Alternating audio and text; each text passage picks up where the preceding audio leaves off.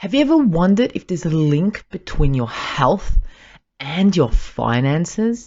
Hello, my successful and healthy earthlings. Mihaela Gushia, naturopath and founder of the Natural Health Podcast. In today's episode, I am going to go just through that. I'm going to go and talk about financial wealth here in Australia. And then I'm going to talk about health and finance. And then I'm going to talk about 3 ways to be healthy financially. And at the end of this episode, I'm going to give you an opportunity to join a healthful and success-oriented community by clicking below and joining the Natural Health newsletter.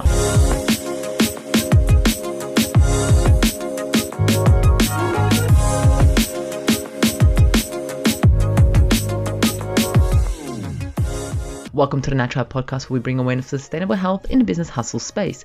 Natural Health Podcast is perfect for the high-performing business-minded individuals who want to work with their biochemistry to achieve success and optimal health. It's Mondays with Mihaela. That's right, me. Thank you so much for tuning in. Absolutely love and appreciate your support. On Mondays, I'm here to provide you with simple, savvy, and sustainable health hacks to optimize your health.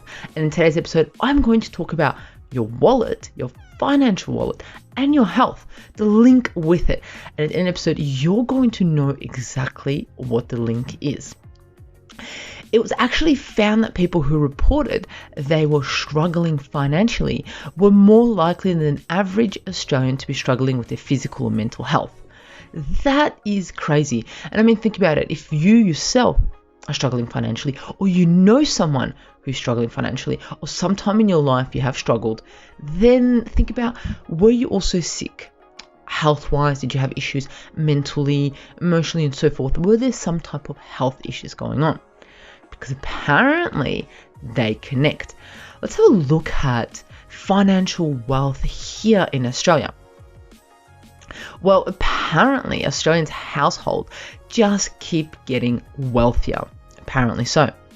In December, wealth per person hit a new record high, and that is $492,055 wealth per person, which is up about $20,000 just in 3 months.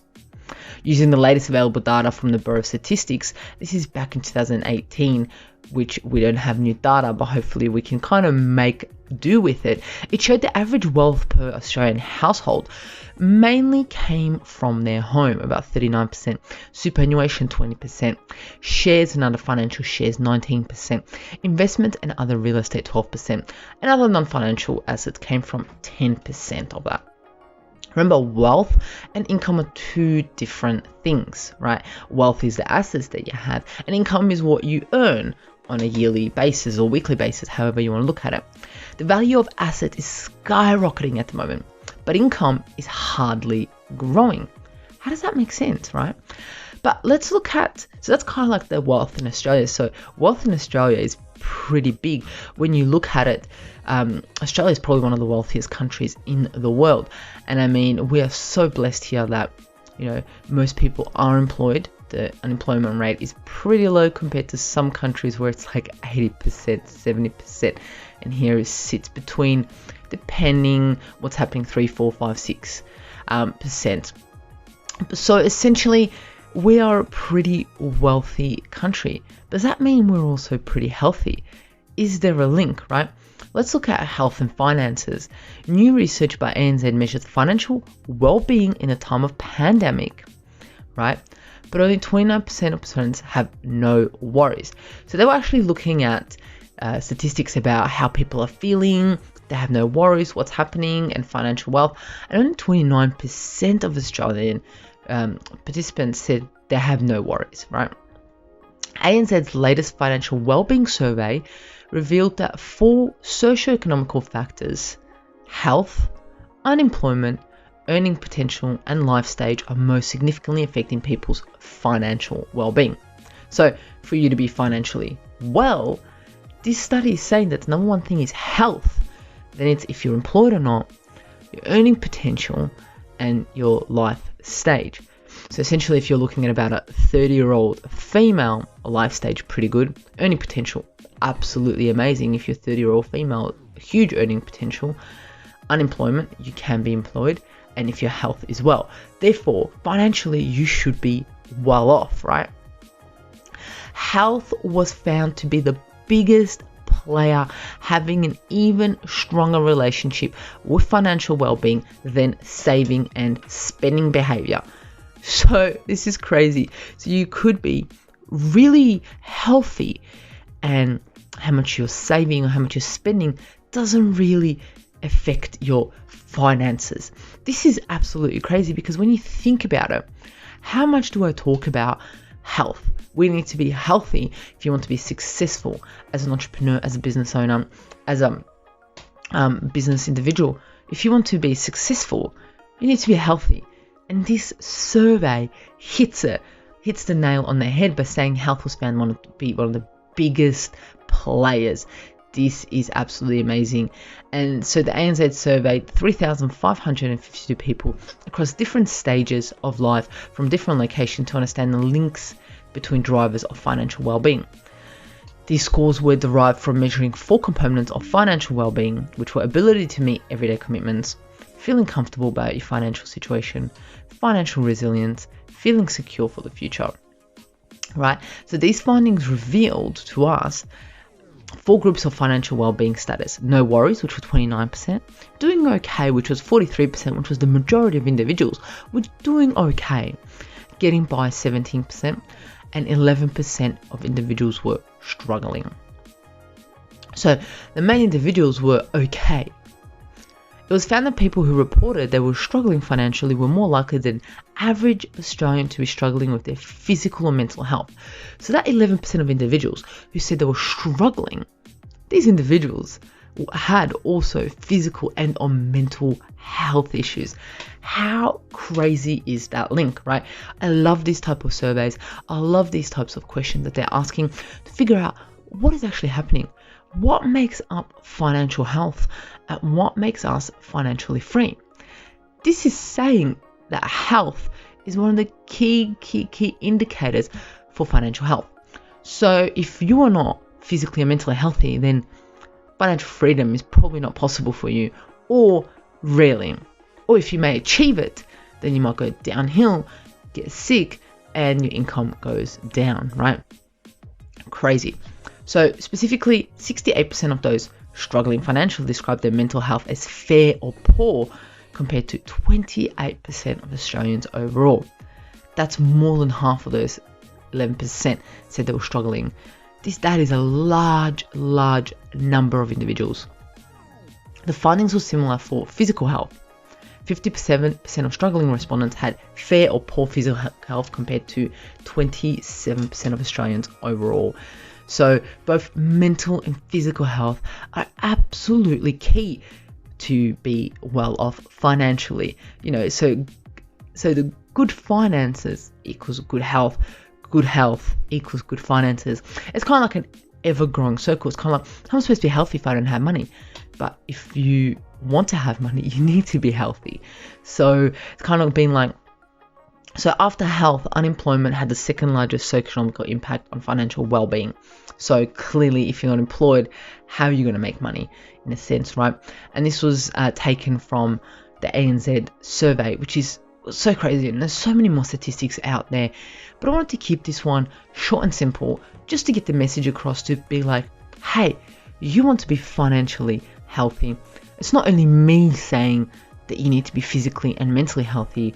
Australian surveys are showing that individuals who are struggling financially are actually have mentally or physically low health status. So what to do? Let's look at 3 ways to be healthy financially. Number 1 is be healthy. Crazy, right? Well, sorry, but be healthy is one of the key ones. Mentally, emotionally, physically, and spiritually.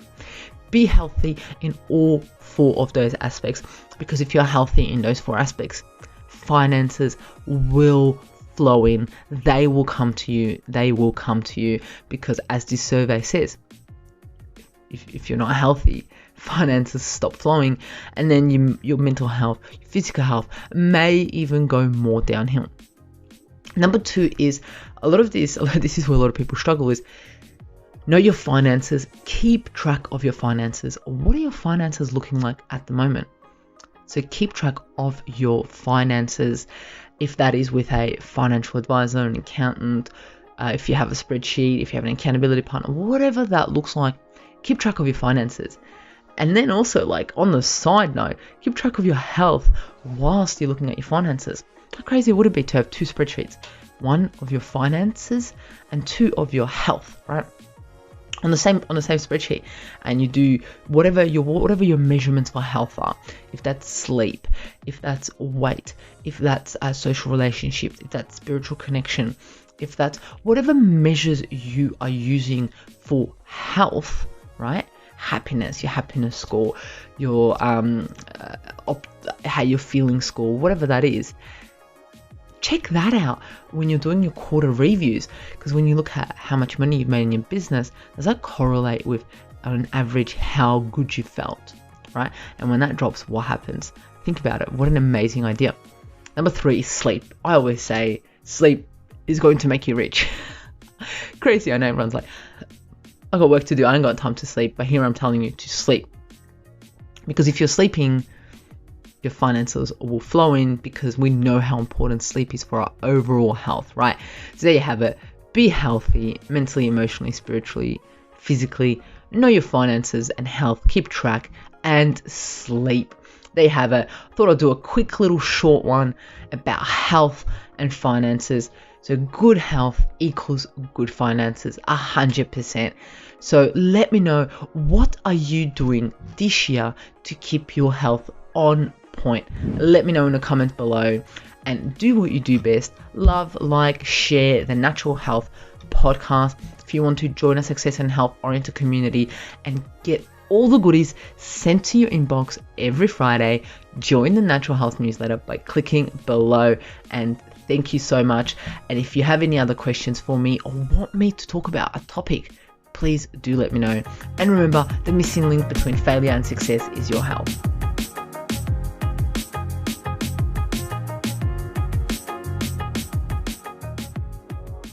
Content and information provided here is the opinion of Mahela Raguse and is for information purposes only and does not constitute medical advice. It is not intended to provide medical advice or take the place of medical advice or any current treatment you're undertaking. Consult your own medical professionals for any medical issues that you may be having. This entire disclaimer also applies to any guests or contributors to the Natural Health Podcast. It is advised that you consult your doctor or healthcare professional in relation to any health concerns you may be having. Mahela Raguse does not take responsibility for any health consequences which occur from a person listening, viewing, or reading this content. And in the circumstances shall the Natural Health Podcast, Mahela Raguse, any guests or contributors to the Natural Health Podcast, or any employees, associates, or affiliates of Mahela Raguse be responsible for damages arising from the information provided on the Natural Health Podcast. By listening to this podcast, you agree not to use this podcast as medical advice to treat any medical conditions in either yourself or others. Please note, if you're taking prescription, do not stop your medication or start a new protocol, including but not limited to supplements, diet, lifestyle changes without consulting a doctor or healthcare professional. If you or any person has a medical concern, you should consult with your healthcare provider or seek other professional medical advice. Never disregard professional medical advice or delay in seeking it because of something that you have read or heard on the Natural Health Podcast or in any linked materials. If you think you may have a medical emergency, call your doctor or emergency services immediately. Neither Mahela Raguse nor the publisher of this content takes responsibility for the possible health consequences of any person or persons reading or listening or following the information in the educational content.